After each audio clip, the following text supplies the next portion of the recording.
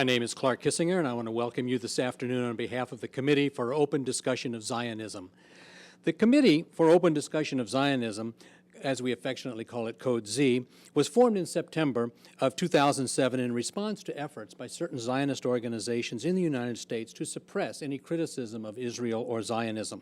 These efforts, which were too often successful, have included pressuring academic institutions to deny tenure to those who have criticized Israeli policy, demanding the dismissal or suspension of pro-Palestinian teachers and administrators, instigating the denial of lecture or performance venues to critics of Israeli policy, campuses outlawing criticism of Israel as so-called hate speech, and attempting to suppress the distribution of books critical of Israel or Zionism. In September of 2007, the University of Michigan Press, in response to pressure from campus Zionist organizations, withdrew from distribution Professor Joel Kovel's book, Overcoming Zionism, Creating a Single Democratic State in Israel/Palestine, and declared its intention to reconsider its distribution contract with the book's publisher, Pluto Press of London. In response, Code Z organized a mass grassroots protest eliciting hundreds of support letters that forced the university to reinstate distribution of Professor Kovel's book and to drop, for the moment at least, consideration of its distribution contract with Pluto Press. This was a rare and important victory in the struggle against Zionist suppression tactics. But two things became apparent to us. First, even where criticism of Israeli state policy was allowed some scope, criticism of the underlying concept of Zionism was held to be beyond the pale. And second, this attempt to suppress any discussion of question of Zionism was part of a larger campaign against academic freedom and critical thinking in general. Examples of this campaign range from the government's inspired attempts to silence opponents of the Iraq War, to David Horowitz's Islamo-Fascism Awareness Week, even to attempts to banish the teaching of evolution in our public schools.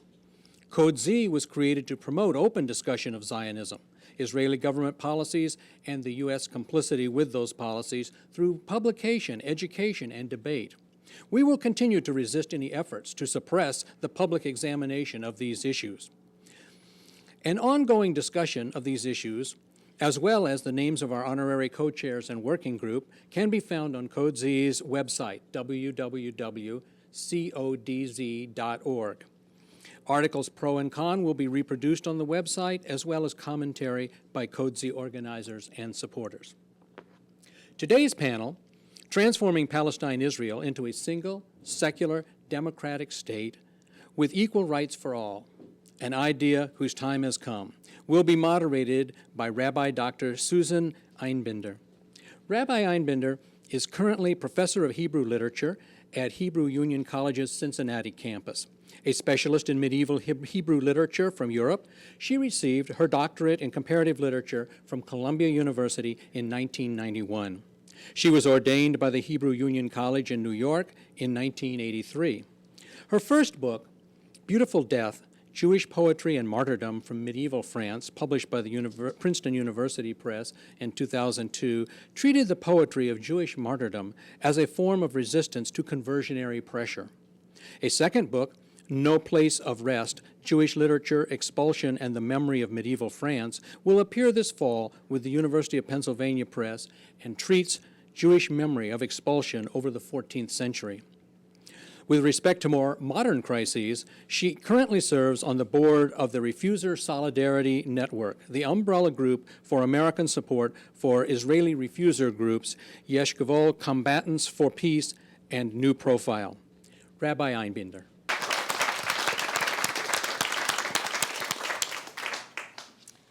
On behalf of the members of Code Z, whose thinking, talking, and work have brought about this forum, let me welcome you today. And on my own behalf, let me also thank Code Z for the invitation to act as your moderator. I am Susan Einbinder, and with all due thanks to Clark for his lovely introduction, my employers at the Hebrew Union College would be happier if I began my task by telling you that although I was indeed ordained by the Hebrew Union College 25 years ago, and I have served on their faculty since 1993, they are not responsible for my presence or opinions. And some would say, Amen. And now, a bit sideways to the matter at hand. In 1893, just 4 years before the first Zionist Congress met in Basel, Richard von Krafft-Ebing published a work he called Psychopathia Sexualis. In this work, according to medievalist Karma Lachri, the word heterosexuality appeared for the first time. As Lachri demonstrates, it did not take long for a concept that had barely existed in the sense we now know it to become inextricably linked to what she calls heteronormativity. In other words, a constellation of behaviors, desires, and values designated as heterosexual soon articulated a statistical and moral norm. This construct required a necessary opposite, homosexuality, which would henceforth be linked to notions of abnormality, moral deviance, and a threat to a way of life. I mention this not because I have shown up at the wrong forum, but because I have been thinking a lot this week about how much the same process characterizes the emergence of Zionism and what I will call zionormativity. That is, the situation in which we find ourselves today is one in which the constructed norms of Zionist perspectives and desires determine a series of oppositions: Israel, Palestine, settler, refugee, security, terror, Jew, Arab, Zionist, non-Zionist. For each of these binaries, what is now the normative value faces off against a necessary opposite that is perceived to embody abnormality, moral deviance, and a threat to a way of life. We are here today to disentangle what I am calling zionormativity, a way of seeing and speaking about Israel, Palestine that projects itself as self-evident and unchanging, when in fact, like all things, it is historical and contingent. Code Z was born as a response to the claustrophobia of zionormative options, the suppression of alternative non-Zionist perspectives, the assault on academic freedom and speech, the deafening silence in the spaces where one looked for dissent. Today's forum seeks to speak, therefore, to a much silenced option, that of the so-called one-state solution to the Israeli-Palestinian conflict. Why choose this topic now? One reason is to break the hold of the normative default to two-state scenarios and their unstated projection of a political status quo. To be sure, it is not the end-state solution debate, as sociologist Ron Greenstein puts it, that is the real issue, but rights and responsibilities. A way to envision a future for Israelis and Palestinians that includes a commitment to equality and respect for human rights and law. But to have that discussion, this one must be possible. The one-state solution, precisely because it has been so suppressed as an option, puts in stark relief the price zionormativity has exacted in political, intellectual, cultural, even spiritual imagination.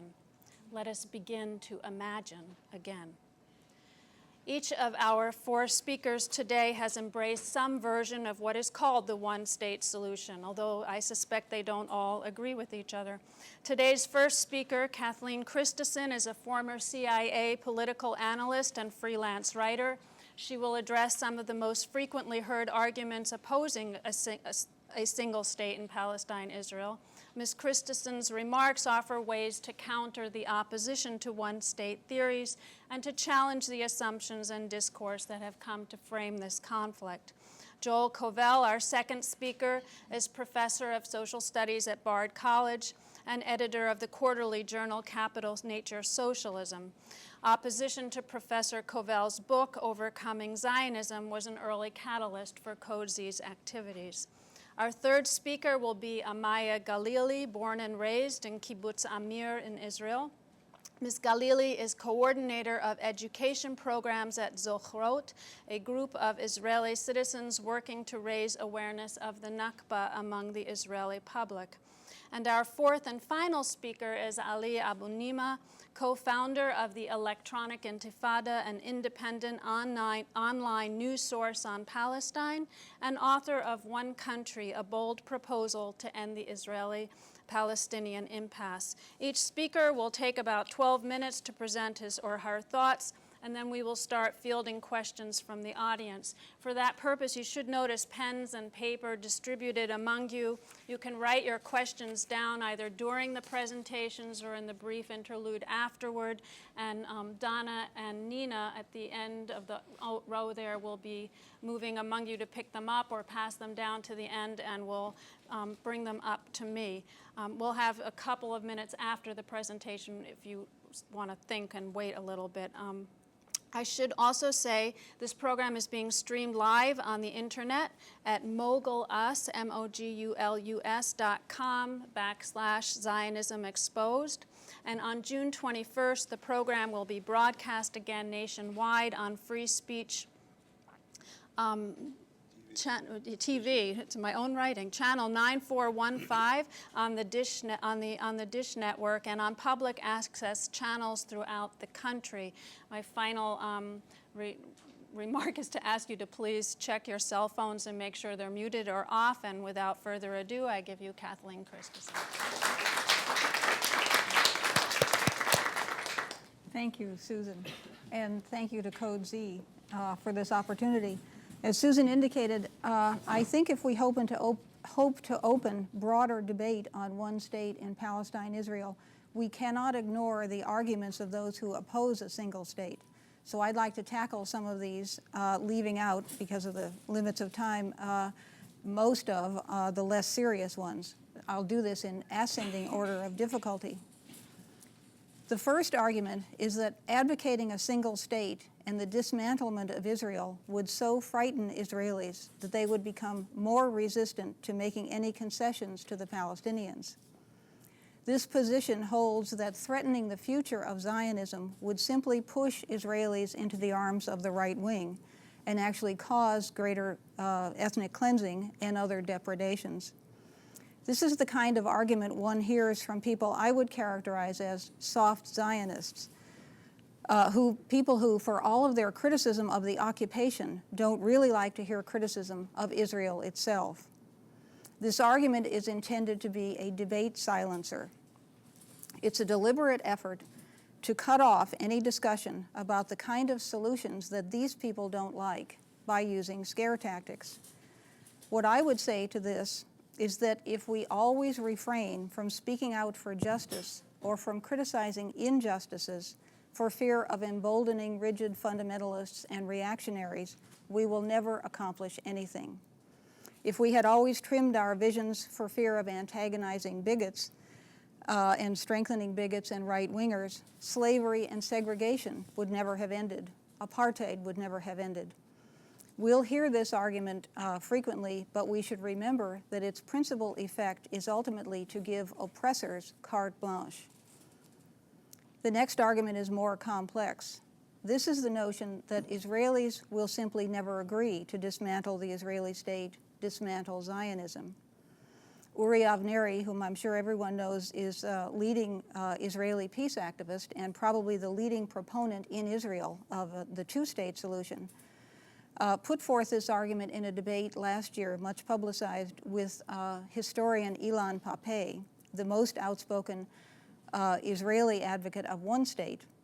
Avneri put his case in emotional terms, that the Israeli public's deepest aspiration, as he put it, the far, far deepest aspiration, is to maintain a state with a Jewish majority, a state where Jews will be masters of their own fate. He said he wants instead to change Israel, to end the occupation outside and discrimination inside. This is an argument from pure Zionism. It's probably the most commonly heard in opposition to one state, but it's actually an argument that might makes right, that Zionism has won and there's nothing anyone can do about it.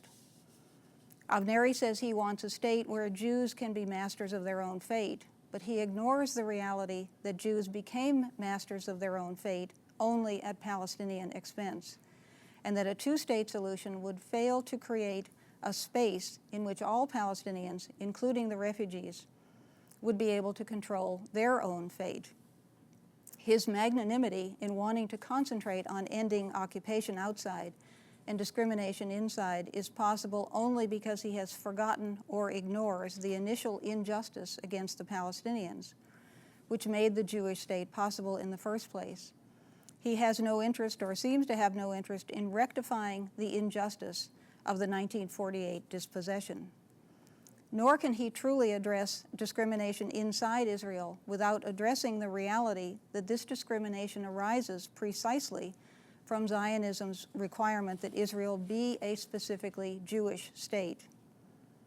Others besides Avneri pursue this line that Israelis simply will never agree to end Zionism and live in a single state with Palestinians.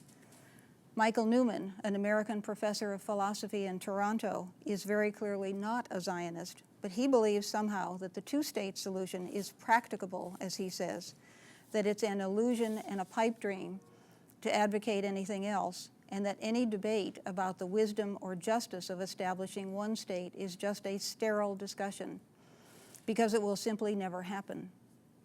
Newman isn't alone in this view. Noam Chomsky and Norman Finkelstein, among many others, argue frequently that the so-called international consensus supports two states, and that for this reason, one state is impossible, period. I want to say that I have enormous respect for all of these people, for Chomsky, Finkelstein, Uri Avneri, Michael Newman. I just happen to disagree with him on this issue. I also have to endure this kind of argument from my own husband, and I love him dearly, but I disagree with him on this also. Those who disdain illusions and dreamers and disdain the idea that notions like justice are worth pursuing clearly put no value on the power of ideas and visions to shape discourse and create new options. One state is indeed an illusion right now, but the only hope of making it real is to talk about it and make the idea a common part of the discourse. Where would the civil rights movement be if dreamers like Martin Luther King had not entertained the illusion that segregation could be ended? Where would South Africa be if people hadn't dreamed that apartheid could be ended and begun to talk about it?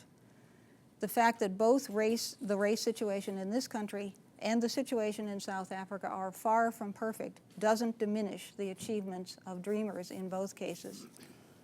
Finally, the strongest argument against one state, the one more Palestinians adhere to and the hardest to counter, is that in practice, one state would be unjust for Palestinians, and that pursuing this solution will divert energies from the urgent need to end the occupation. This is the centerpiece of the opponent's case against one state.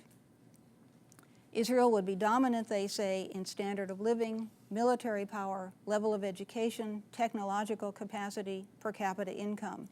A single state would be occupation in disguise, while two states would give the Palestinians a chance to compete economically. Many Palestinians argue this same case out of fear of Jewish domination in a single state, or fear that if they turn away from the two-state solution, they'll forfeit the hard-won support they've gained from the international community, and will be open to charges that, after all, they never did want to live in peace with Israel and with Jews. The dangers of one state for Palestinians are definitely beyond dispute, but I think most of the problems that the opponents foresee of economic and political strangulation would arise in a two-state situation as well.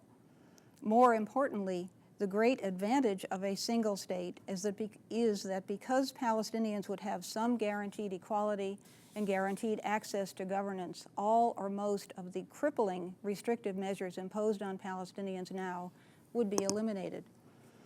In a single state in which Palestinians had some equal authority with Jews, it would be possible to stop the closures and impediments to free movement, the land confiscations, the political detentions, the sewage dumping and other, in general, ecological damage, the unequal water allocation, the house demolitions, the imprisonment and constant attacks on Gaza, and on and on. Few and maybe none of these measures would apply in a state where Zionism did not prevail and Palestinians had some measure of equality.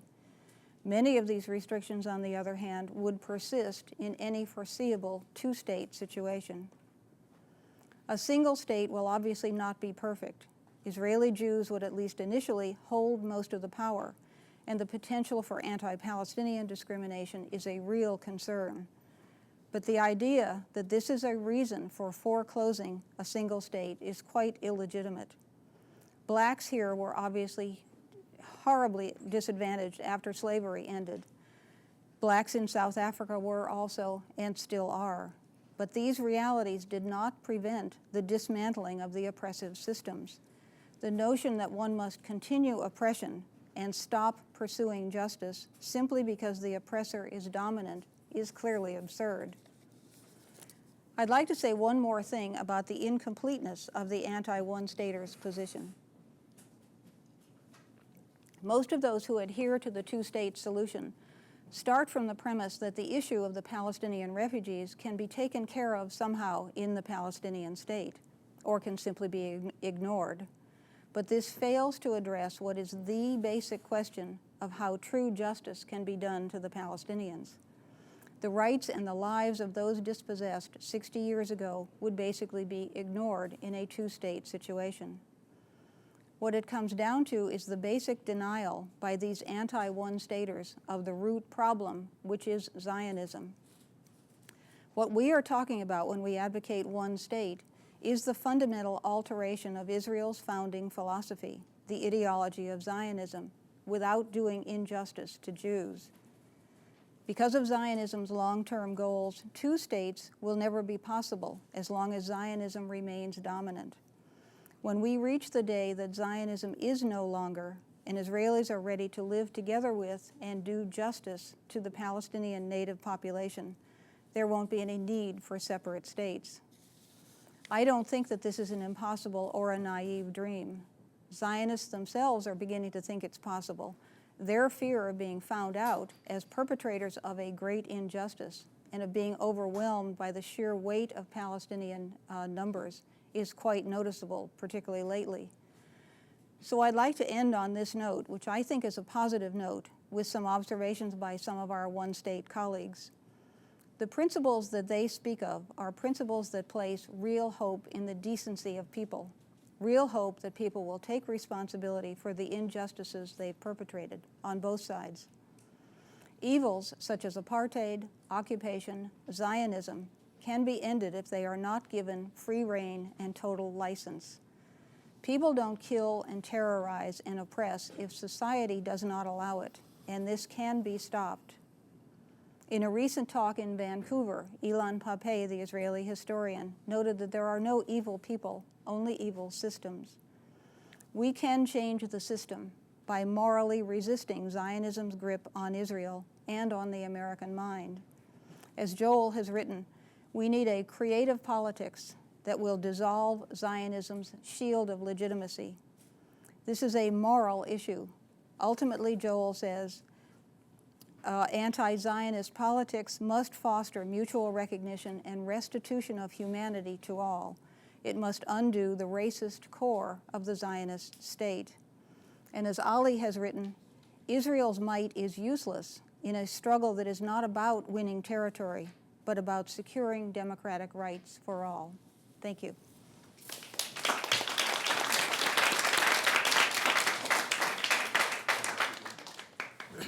Thank you very much, Catherine, for that superb analysis. I want to follow on with it, beginning with something that I didn't think I'd have to talk about or had no anticipation of talking about, which was namely Barack Obama's remarks to AIPAC the day before yesterday, which filled me with a considerable amount of loathing and revulsion. And I don't want to take up our time denouncing this in detail, except to say that any person of humane disposition should denounce it and should denounce the disgraceful opportunism behind it. There are two lessons that emerge from the things that he said. One, which Kathleen has said, and we all know, we have to emphasize, is that this country, the United States, is a crucial forum. It is the crucible, in a way, of the world support of Zionism. Israel would not exist without it. and transformation from within our own society is a necessary condition for the transformation of Israel. And the other point I just wanted to add is something about the uses of two-state solution. Obama manifests himself as a progressive alternative, as somebody who stands for change and obviously for all fine, humane values. But if he didn't have the ruse of a two-state solution to fall back upon by saying, well, we totally support Israel, but this is in the context of a two-state solution in which we're going to do justice to the Palestinians. In other words, if this notion had been completely delegitimated, as it should be, because it cannot do justice to the Palestinians, then he couldn't have gotten away with the remarks that he made and still pretend that he is a disciple of humanity and good things and, quote, change, unquote. So I want to add that to the indictment of the two-state solution. It's a useful idiocy for corrupt politicians, basically, to hide behind. Now, this just turns us to the question of following through on the notion of what does a one-state solution mean. And to me, and this is my own position, and I think perhaps others might disagree, but to me, one-state solution really means a cluster of possibilities radiating from a refusal to accept the Jewishness of the state of Israel, and therefore the logic of Zionism. There are many possibilities that follow from that refusal, but that refusal is foundational to the one-state solution. That is to say, you can't have a two-state solution because a two-state solution preserves the integrity of the Jewishness of the state of Israel. That, to me, is unacceptable for reasons that perhaps you can take up further, but we've begun talking about. Now, another charge leveled against the one-state solution appeared today on the internet. Two very estimable, admirable people, one Gilbert Aschar, a Belgian Trotskyist who writes frequently on this subject, and another Reuven Kaminer, who is an Israeli communist and a very stalwart, opponent of Israeli objectives, both are very opposed to the one-state solution, and what they called it, each of them in their separate ways, is utopian. That is to say, it's an abstract utopian goal that nobody would want any part of because it's just too far off the scale. Now, I want to strongly differ with that and say that to me, and I think to us, the one-state solution should not be considered a utopian goal like it's sort of a big rock candy mountain or pie in the sky or something, but rather something that is strategic, something that enables decisions to be made about the paths towards its attainment. And it's those pathways wherein the actual politics of anti-Zionism and against the Jewishness of the state of Israel have to be waged. So I would call it a strategic goal. It's a pathway that defines the kinds of paths that brings the one state into being and defines its character. So we're not talking now about a simple negative for the one-state solution. It negates the state of Israel as a Jewish Zionist state, but rather the negative becomes the condition of renewal. What sort of a society can we build that way? And that building takes place according to the pathways that are defined by the logic of the one-state solution. Now, there are a number of features of these pathways that I want to spend most of my time this presentation on. One is that because the one-state solution is grounded in universal human rights rather than in ethnocentricity, which is obviously the point, it means that we can place the means and the ends in alignment. That is to say, the things that we do towards building for a single state are themselves contain the principles of universal human rights. If you accept the Zionist logic, then you have no reason to do anything that violates the ethnocentricity or the special treatment or the exceptionalism of Zionism. Okay? The state of Israel, like any state, does not have the right to exist. That should be stated very clearly. A state is a social contract. To say a state has a right to exist is to move back into the days of the divine right of kings. And to say only can be legitimated that way, okay?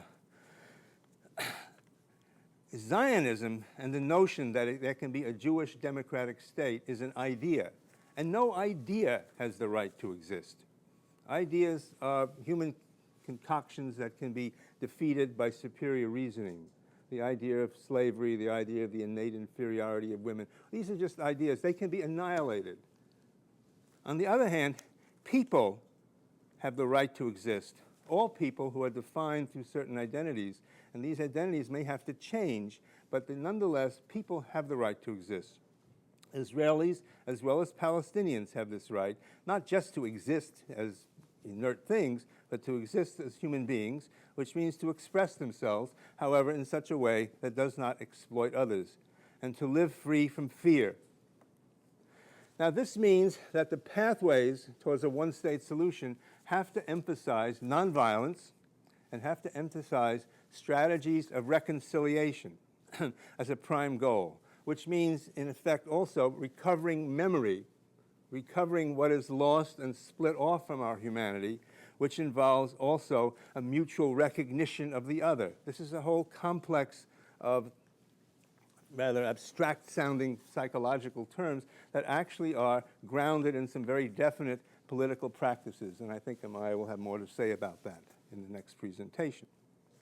Especially recognition of the Nakba, which, again, of course, Barack Obama could not talk about the Nakba. He could not.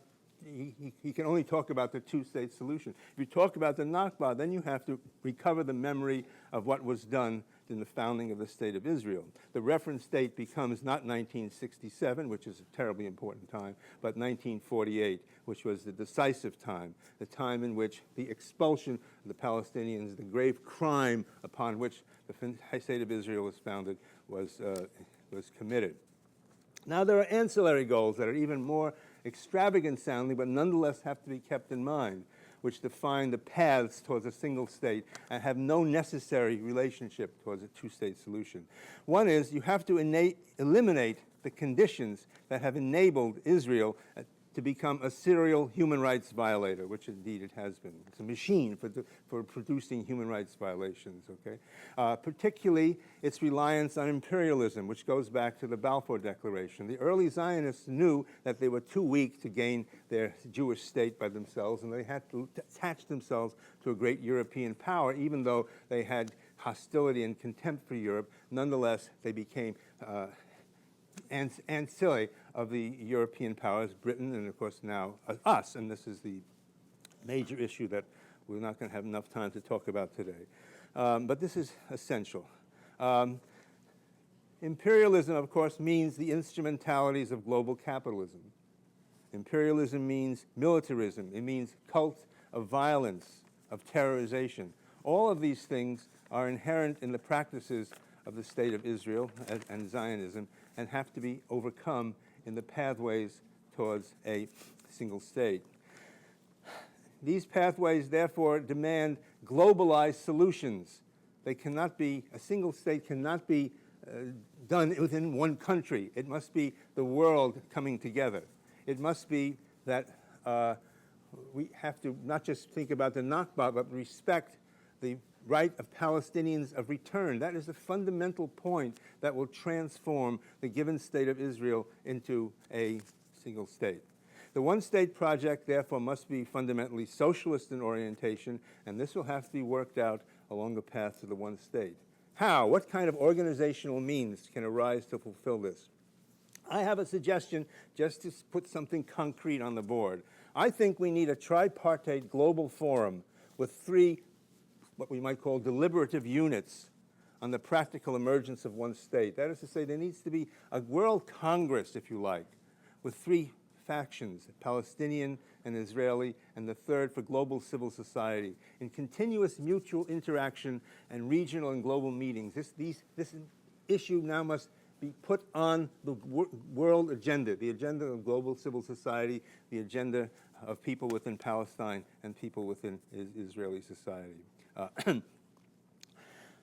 What can we expect from that? Now, given the endless uncertainties of history and all the crises we're caught up in, we don't know what to expect. But there are a number of preconditions that can arise within this global forum. Within the Palestinian unit, there should be emerge a formally defined one-state decision, such as has not been the case up until this time, but I think it is an idea whose time is coming.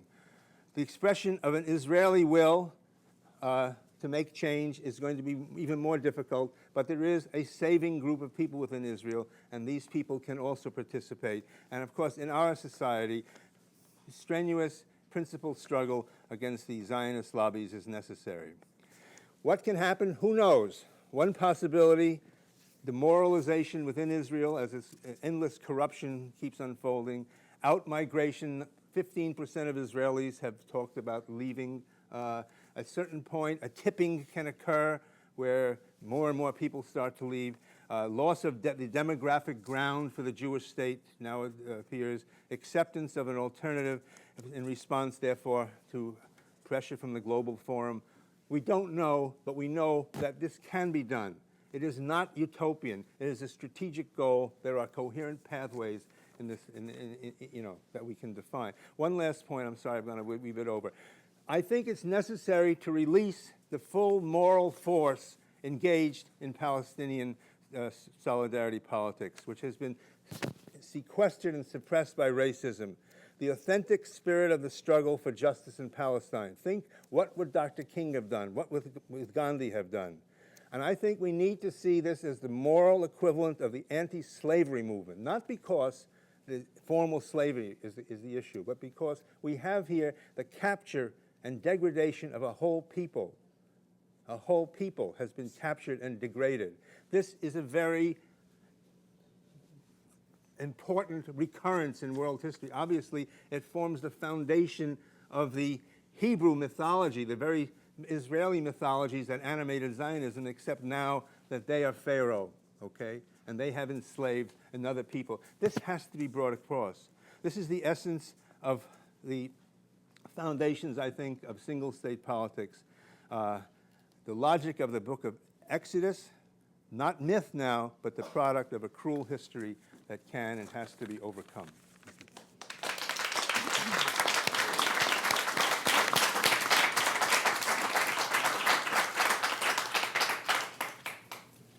Thank you very much.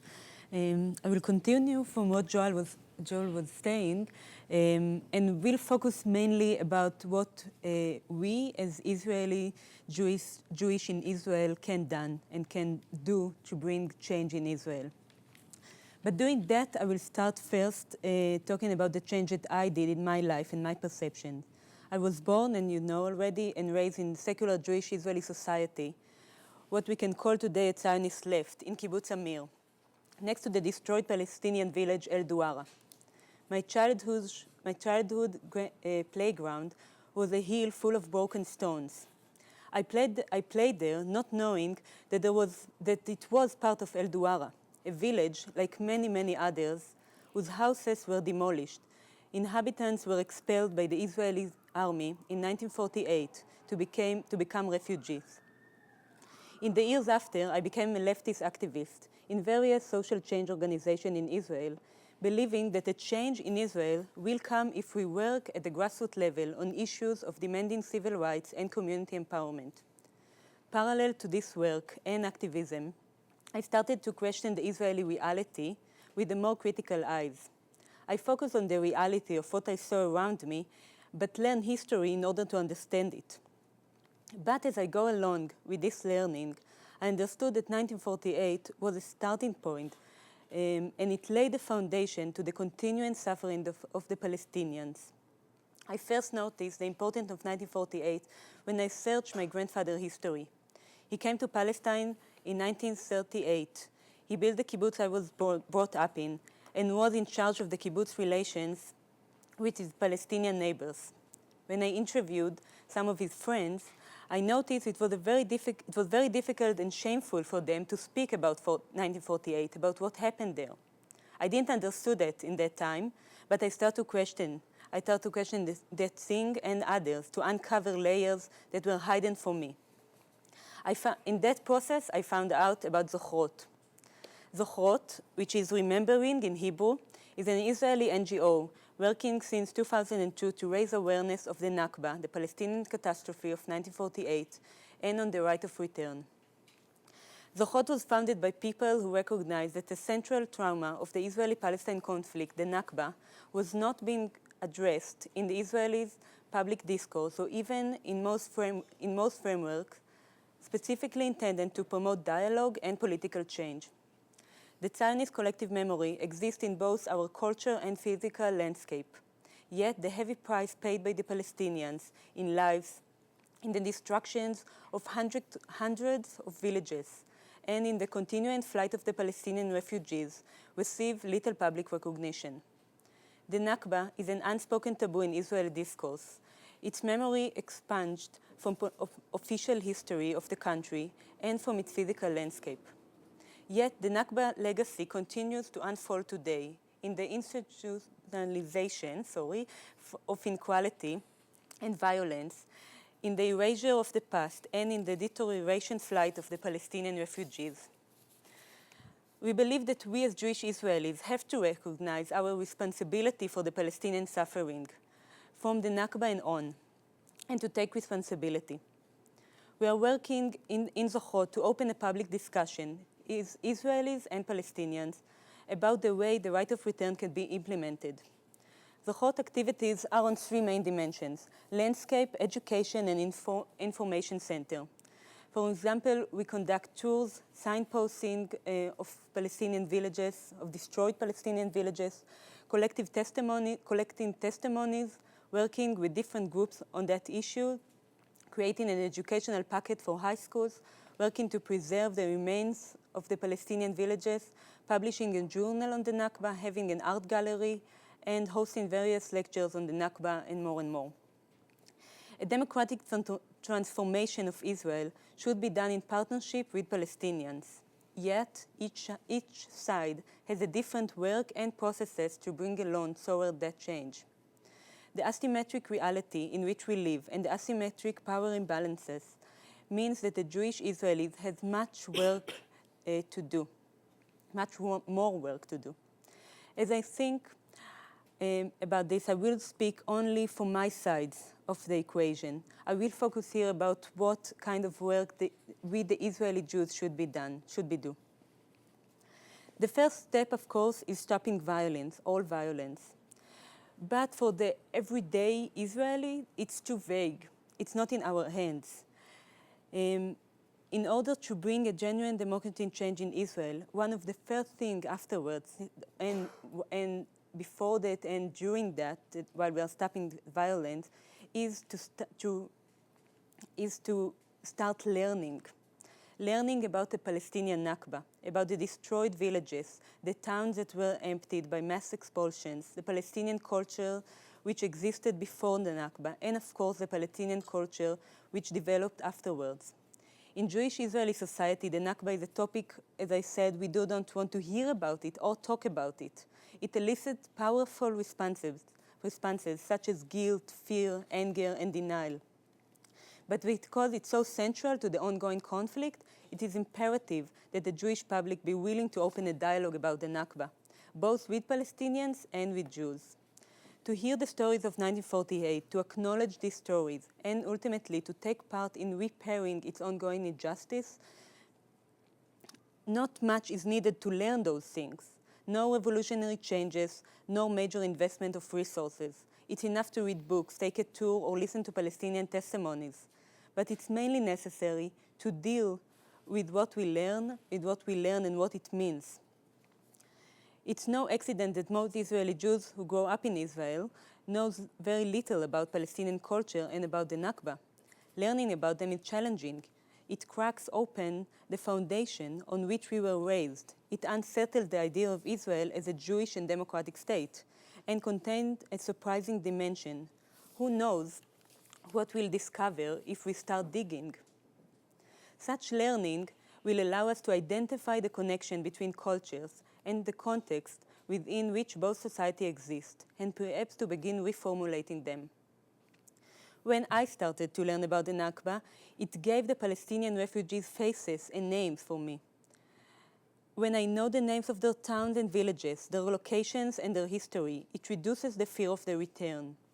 I had to start deal with taking responsibility and what it entails. I engage in thinking about the return in concrete terms, which made the process of return visible, and at the same time allows me to address the actual questions we'll have to answer when it comes time to implement the return. I felt I was starting to face our reality and future with my eyes open while dealing with my own fears and powers I had as an Israeli. On the basis of this kind of processes, we are developing an educational packet on the Nakba for Jewish high school students and above. This learning process of the Nakba is not focusing on learning itself, but rather aims at taking responsibility, not after the learning, but as an integral part of it. Yet, we have to be aware, of course, that this kind of thinking is only in beginning in Israel. There is almost no public debate on those issues, rather a total objection to even raise the word Nakba. For instance, a year ago, there was supposed to be published a book for Palestinian schools in Israel that mentioned the Nakba in 3 sentences, only 3 sentences. This exposed for a harsh public debate around the issue, and in the end, the book was censored. And yet, I do see some change. More and more people know the word Nakba, more and more people use it, and more and more people understand that something fundamental went wrong in Israel. I think it's a good place to start do educational work. We hope that by bringing the Nakba into Hebrew, we can make a qualitative change in the political discourse of this region. Acknowledging the past is the first step of taking responsibility for its consequences. This must include equal rights for all the people living on this land, including the right of Palestinians to return to their homes. For me, taking responsibility means implementing the right of return. For us Israelis, the right of return has always been a taboo topic. It stood for the demographic threat, us or them, the real fear of Palestinians in particular and of Arabs in general. They'll throw us into the sea, and more. Acknowledging the right of return is not negotiable. It is a right. Every person who was expelled in 1948 and their dissidents has a right to return. It's a right that is personal as well as collective. This means that each refugee and his or her descendants have a right to choose how to implement the right of return, usually among alternatives. For example, returning to their former home or nearby if it no longer exists, receiving compensation or resettlement in the original locality or elsewhere. Their freedom to choose where and with whom to live and to gain the full rights of citizenship is the road to liberation from the difficult condition of being a refugee. Usually, most discussion of the right of return have, and up until now, consider it as one unit. We want to break it open and propose not to talk about the right, but about the return. This right, like all other rights, is implemented through negotiations. Therefore, very important to think about what the actual return of the refugees will entail. We choose to talk about the return and not about the right because discussion of the right usually turns into a competition over justice. Supporters of the right of return base their arguments on justice for the refugees and the injustice of Zionism, while the opponents of the right of return claim that justice lies with Zionism, not with refugees. This is more or less where the lack of discussion is stuck today, my justice versus yours. We prefer a different approach, one that can be seen as either a prologue or an epilogue to a discussion of the right, one that involves thinking about that exactly in what is involved in this idea of return that in fact receives so little attention. We believe that if we succeed in understanding what we are talking about, we might be able to avoid the noisy argument about justice, or at least define more clearly the points of disagreement. In each side would have to give something up in order to the Palestinians, refugees to return. Jews will relinquish sovereignty, exclusive control over the country, the guaranteed Jewish majority. After more than 100 years of socialization to Zionism, that will require courage and daring. When the refugees return, Jews will become a minority in the country. Israel as a Jewish state will change radically, and it will no longer be defined as such. Jews will no longer be able to determine their future and that of the Palestinians by themselves. In our view, a situation in which Palestinian refugees are no longer prevented from returning to their lands allows Jews, for the first time since the beginning of Zionism, to live in the country instead of prevailing as occupiers or dreamers of a mythological return to Zion. When the myth of Eretz Israel evaporates and the countries become an actual political entity, Jews will finally, paradoxically, be able to arrive at the real place, land, see and learn its history closely, its geographic and its demographic. Only when Jews come to see the Palestinians who live here and those who were expelled as people worth living with can we hope to live there fairly and equitably. Thank you.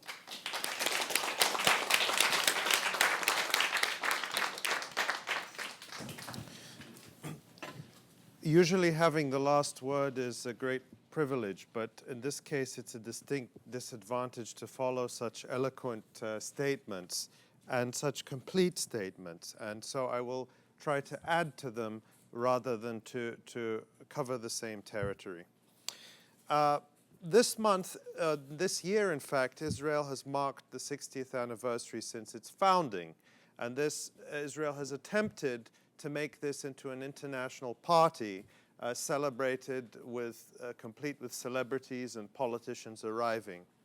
But of course, Israel has skeletons in its closet that it is trying to hide from the world and has been trying to hide for these past 60 years. And it has deepening anxieties about an uncertain future, which make many Israelis question whether the state will celebrate an 80th anniversary. Official Israel, of course, remains in complete denial, as does official America, by the way, that the birthday being celebrated is inextricably linked with the near destruction of the vibrant Palestinian culture and society that had existed until then. It's not an unfamiliar dilemma. The United States has found that even the passage of centuries cannot absolve a nation from confronting the crimes committed at its founding. And I think as a country here, we have yet to fully begin to scratch the surface and to deal with the present legacy, the continued systematic discrimination of African Americans, what has been called the American Gulag, where 1 in 9 African American men is still incarcerated, that we have only just begun, and it still remains at the margin, the discussion about reparations for slavery, show that we as a nation are not exempt from these kinds of dilemmas. As the noted Israeli historian and staunch Zionist Benny Morris said in 2004, a Jewish state would not have come into being without the uprooting of 700,000 Palestinians. Therefore, it was necessary to uproot them. He went on, there are circumstances in history that justify ethnic cleansing. But if you are not prepared to openly justify ethnic cleansing, there are only two real options: to deny history and take comfort in an airbrushed story that paints Israelis as brave, divinely inspired pioneers in a desert devoid of indigenous people, another familiar story, and beset by external enemies. The only other option is to own up to the consequences of what happened in 1948 and continues now, and support and work for the enormous redress needed to bring justice and peace. And we've heard from Amaya about the work that some Israelis are starting to do in that direction now. I think we've reached two turning points at this moment, and I want to focus the rest of my comments on that. We have talked here about the two-state solution and one-state solution as if they are options on a menu. And the reality is already that we have a one-state solution. There is one sovereign government, one government that exercises military, economic, and political control in historic Palestine Israel, the West Bank, and Gaza Strip, and that is the government of Israel. Despite the fact that Palestinians nominally have actually two governments. They don't have a state, but they have more prime ministers per capita than any other people in the world. The reality is that there is only one government that decides whether Palestinians eat or drink water, whether their homes and hospitals and schools have electricity and fuel, whether university students and family members can come in and out and travel and do all the things that we here in this country and Israelis take for granted. There's only one government that decides that. It's the government of Israel. The problem with it is that it is a Jewish sectarian government. It is a government of less than half the people, of less than half the people, and for less than half the people. And that brings me to the point I want to make, that Israelis are very anxious about the moral decline of the Zionist idea, and the fact that today Israeli Jews are a minority in the territory that they govern. In Israel, the West Bank, and Gaza Strip today, in historic Palestine, Jews are fewer than half the population. They're about 48% of the population. Palestinians are 46% of the population, and others form the remaining 6%. But the point is that the Israeli government knows that within a few years, Palestinians will be the plurality, the largest group, overtaking Jews, and then the majority. And they understand the problem that this raises. As Israeli Prime Minister Ehud Olmert put it just a few months ago, if the day comes when the two-state solution collapses and we face a South African-style struggle for equal voting rights, then as soon as that happens, the state of Israel is finished. He said even more recently that the notion of Israel becoming a state of all its citizens, in other words, a civic democracy in which everyone has equal rights, was gaining support among US elites. He warned, this is a very dangerous process that endangers the continuation of our existence as a Jewish state. So it's not us on this panel telling you that Zionism, the idea of an exclusively Jewish state, is incompatible with democracy and with equal rights. It's the Prime Minister of Israel. The difference between us and him is not that we disagree on the analysis. It's that we want you to find out about it. We want you to understand what it means. He wants to hide it from you. He wants to continue to work with groups and organizations in this country that continue to deny the Nakba, continue to deny the apartheid reality on the ground. Now, the standard refuge has been, when all of these things are pointed out, the standard refuge for good people is to say, well, it's all so terrible, but I support the two-state solution. I support the peace process. And this is a wonderful refuge because it allows us to hide from the reality and say, I support this endless process which will go on and on and on forever.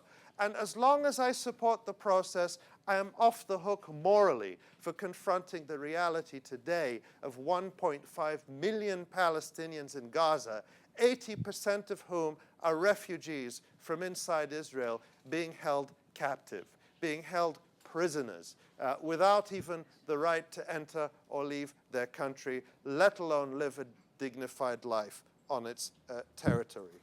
So, increasingly, the efforts to prop up the myth of the two-state solution have been growing more and more threadbare. And I think one of the signals of that, let's say the canary in the coal mine for the two-state solution, is our favorite New York Times columnist, Thomas Friedman, who wrote just a few days ago on the 4th of June that it's too late for a two-state solution. He said, the West Bank today is an ugly quilt of high walls, Israeli checkpoints, legal and illegal Jewish settlements, Arab villages, Jewish roads that only Israeli settlers use, Arab roads and roadblocks.